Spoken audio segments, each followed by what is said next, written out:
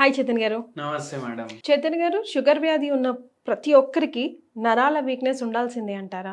నరాలు వీక్నెస్ ఏదైతే ఉంటది కదా, అది మనం ఏమనుకుంటాం, ఎందుకు వచ్చింది, చాతనైతలేదు, ఏదో విటమిన్ B12 తగ్గిపోయింది, లేదంటే బలం ఉంటలేదు బాడీలో, దానివల్ల నరాల వీక్నెస్ వచ్చేసింది అనేసి అనుకుంటారా చాలా మంది. అనుకుంటా. కానీ చాలా మందిలో వచ్చేది నరాల వీక్నెస్ ఏదైతే వస్తుంది కదా, అది షుగర్ వ్యాధి వల్ల వస్తుంది. ఓ, ఎట్లా ఎఫెక్ట్ అవుతుంది అంటారు బాడీకి? ఎట్లా ఎఫెక్ట్ అవుతుందంటే, మీరు ఫస్ట్ ఒక 2 నిమిషాలు మీకు అర్థం చెప్పిస్తాను నేను. మీకు గుర్తుందా, చిన్నప్పుడు మన మెయిన్ ఉంటుండే ఇంట్లో, దాంట్లో అన్ని ఫ్యూజ్వి ఉంటుండే, మనం చూస్తుండే కదా, అది పీకేస్తే ఇట్లా లైట్ వెళ్ళిపోతుంది, ఎందుకంటే దాంట్లో ఫ్యూజ్ది వైర్ ఉంటది. అట్లనే మన బాడీలో ఏదైతే మన నరాలు ఉంటాయి కదా, అవి వైర్లే. అది వైర్ చక్కగా లేదు, ఒక్కొక్కసారి జలాయించిపోతుండే ఆ వైర్. ఎప్పుడు హై వోల్టేజ్ కరెంట్ వస్తే అప్పుడు అది ఓపెన్ చేసి మళ్ళీ కొత్త వైర్ చుడుతుంది దాంట్లో. కానీ ఇక్కడ ఒకసారి డ్యామేజ్ అయితే కొత్త వైర్ చుట్టలేము, అవునా కదా? అయితే ఇక్కడ కూడా ఏమైతుందంటే, దాంట్లో ఎక్కువ కరెంట్ ఎట్లా వస్తుంది, అట్లనే ఏమైతుందంటే, షుగర్ వ్యాధి పేషెంట్లు ఎవరైతే ఉంటారు కదా, వాళ్ళ బ్లడ్ లో గ్లూకోజ్ ఎక్కువ ఉంటుందా ఉండదా? ఉంటది కదా. ఎక్కువ గ్లూకోజ్ ఉండడం వల్ల ఏమైతుంది, ఈ గ్లూకోజ్ అన్ని బాడీ పార్ట్స్ కి ట్రాన్స్పోర్ట్ అవుతుంది. ఎట్లా, రక్తం తీసుకుపోతుంది కదా, అన్ని కడ తీసుకొని పోతుంది రక్తం. అయితే అట్లనే ఇది నరాలకి కూడా పోతుంది. నరాలకి పోయినప్పుడు, ఇప్పుడు నరాలకి కూడా బ్లడ్ సప్లై అయితే నార్మల్ ఉంది, కానీ బ్లడ్ లో గ్లూకోజ్ ఎక్కువ ఉంది కదా, ఎంత మాత్ర గ్లూకోజ్ అయితే ఉండాలి దానికన్నా ఎక్కువ మాత్ర ఉంది. ఈ ఎక్కువ మాత్ర ఉన్న గ్లూకోజ్ నరాలు అబ్జర్వ్ చేసుకుంటాయి. ఇప్పుడు మాత్ర కరెక్ట్ ఉందా అనుకో, అది అబ్జర్వ్ చేసుకొని దాని ప్రాసెస్ తోటి దానికి మెటబాలిజం అయి అది ఎనర్జీ ప్రొడ్యూస్ అవుతుంది మన బాడీలో. ఇప్పుడు ఎక్కువ ఉండడం వల్ల ఏమవుతుంది, నరాలు అవి అబ్జర్వ్ అయిపోతుంది. అయిపోయి ఏమవుతుంది అంటే, ఎక్సెస్ ఉంది కదా, అది సార్బిటాల్లో కన్వర్ట్ అయిపోతుంది. గ్లూకోజ్ నుంచి సార్బిటాల్లో కన్వర్ట్ అవుతుంది, సార్బిటాల్లో కన్వర్ట్ అయ్యి ఫ్రక్టోస్ లో కన్వర్ట్ అవుతుంది. ఇప్పుడు ఇది చేస్తుంది డ్యామేజ్, మీ నరాలకి చచ్చి పడిపోయిన లాగా చేస్తుంది. ఇది సార్బిటాల్, ఇది డ్యామేజ్ చేస్తుంది. ఇదైతే మీకు అర్థమైంది. ఇప్పుడు ఏమైంది, ఇక్కడ ఫ్యూజ్ ఎందుకు పగిలిపోయింది, ఎందుకంటే కరెంట్ ఎక్కువ వచ్చింది అనేసి. ఇక్కడ ఏమైంది, ఎక్కువ గ్లూకోజ్ వచ్చింది, అది సార్బిటాల్లో కన్వర్ట్ అయింది, చచ్చి పడిపోయింది నరం, అవునా కదా?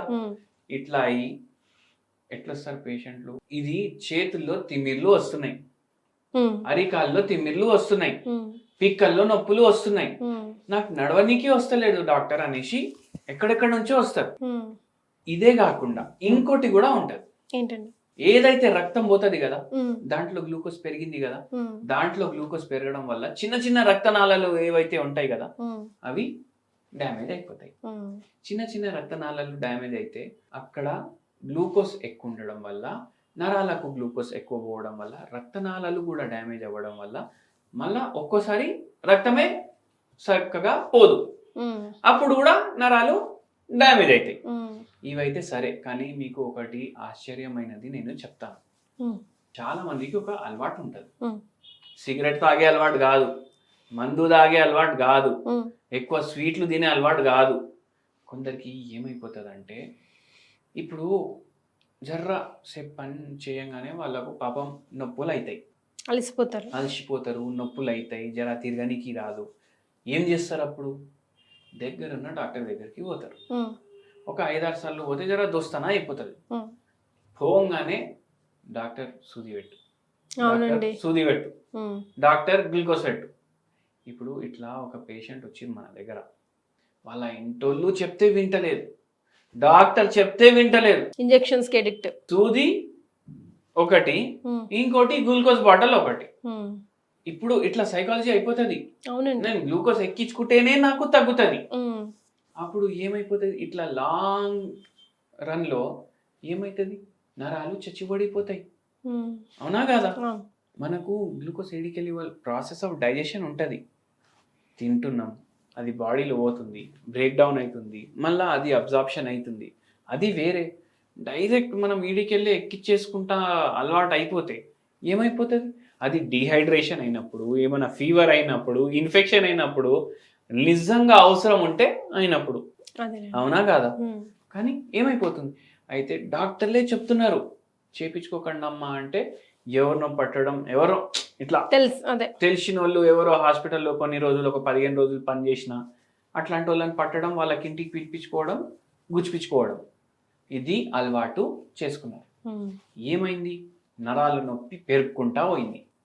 వచ్చి మనకు చెప్తున్నారు ఇట్లా గ్లాస్ కూడా పట్టుకోనికి వస్తలేదు, వణుకుతున్నాయి, ఇట్లా గలగలగల ఇట్లా మొత్తం వణుకుతున్నాయి. మళ్ళా దాని మీద నీరసం అంటే నీరసం, ఒక దోశ వేసుకోవాలంటే కూడా ఆలోచిస్తున్నాను, ఇట్లా తిప్పాలి కదా దోశ వేయాలంటే, అది కూడా వస్తలేదు, అంత నాకు నొప్పి అవుతుంది. మళ్ళా తిమ్మిర్లు ఉన్నాయి ఫుల్. నాకు ఇప్పుడు మీరు చేయండి అంటే నేను చెప్పిన ఈ ఇంజెక్షన్లు, గ్లూకోజ్లు ఇవి ఆపండి. ఫస్ట్ ఇచ్చే మందు టైంకి వేసుకోండి, 2 నెలలకి మందులు ఇస్తా, ఆలోచన పెట్టుకోకండి నాకు తగ్గుతుందా లేదా అనేసి. 2 నెలలు కళ్ళు మూసుకొని వాడాలి. మళ్ళీ తగ్గుతుందని ఎట్లా తెలుసు? అరే మీకు 2 నెలలు తెలియకపోతే ఏమైనా అవుతుందా? ఏం కాదు కదా, ఇన్ని ఏళ్ల నుంచి ఉంది కదా, ఏమైనా అయిందా? 2 నెలలు తెలియకుండా ఉండండి, దీని గురించి అసలు పట్టించుకోకండి అని చెప్పినాము. 2 నెలల తర్వాత వచ్చి మనకు చెప్పిండ్రు, నాకు సూదుకి కూడా ఇంత తగ్గలేదు, గ్లూకోజ్కి కూడా ఇంత తగ్గలేదు, మీ హోమియోపతి మందు ఏమి ఇచ్చారు సార్ అనేసి అడిగారు. అయితే మంచిగా రిలీఫ్ ఉండే. మళ్ళా ఈ పేషెంట్కి అప్పుడు మనం పరీక్షలు కూడా చేపించినాం. షుగర్ వ్యాధి ఇప్పటికీ కంట్రోల్లో లేదు, 11 12 ఉండే షుగర్ వ్యాధి. అయితే ఏమవుతుంది, ప్రాబ్లం అవుతుందా కాదా?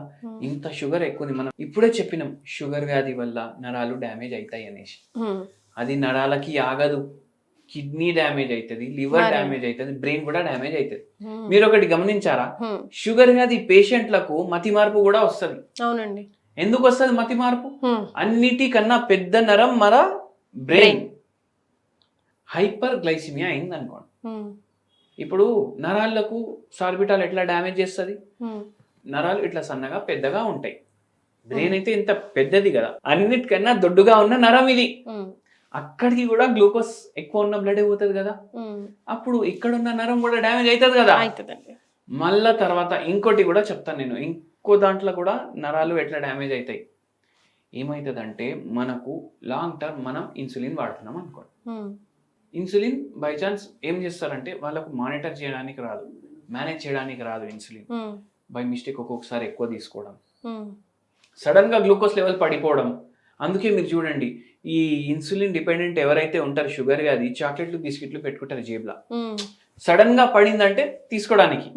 అయితే అట్లా ఒక్కొక్కసారి నిద్రలో మస్తు పడిపోతుంది, అప్పుడు ఏమవుతుంది, ఫిట్స్ వస్తాయి.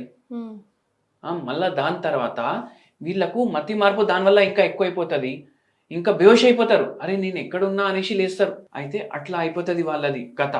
అయితే దాంతో మతి మార్పు కూడా పెరుగుతుంది, కన్ఫ్యూజన్ కూడా పెరుగుతుంది. మళ్ళీ దాని తర్వాత ఏదైతే మెయిన్ నరం మీ బాడీలో ఉంది అది లేకపోతే మీరు బతకలేరు, అది బ్రెయిన్, అది కూడా డ్యామేజ్ అవుతుంది షుగర్ వ్యాధితోటి. సో షుగర్ వ్యాధితో డెఫినెట్గా నరాలు లాంగ్ రన్లో ఎఫెక్ట్ అవ్వాల్సిందే. సో కాకుండా ఉండాలంటే first eradicate sugar and then ఆటోమేటికల్గా మిగతా ప్రాబ్లమ్స్ అన్ని సొల్యూషన్ ఆటోమేటిక్గా దొరుకుతుంది అంటున్నారు doctor Chaitanya Raj. Thank you sir.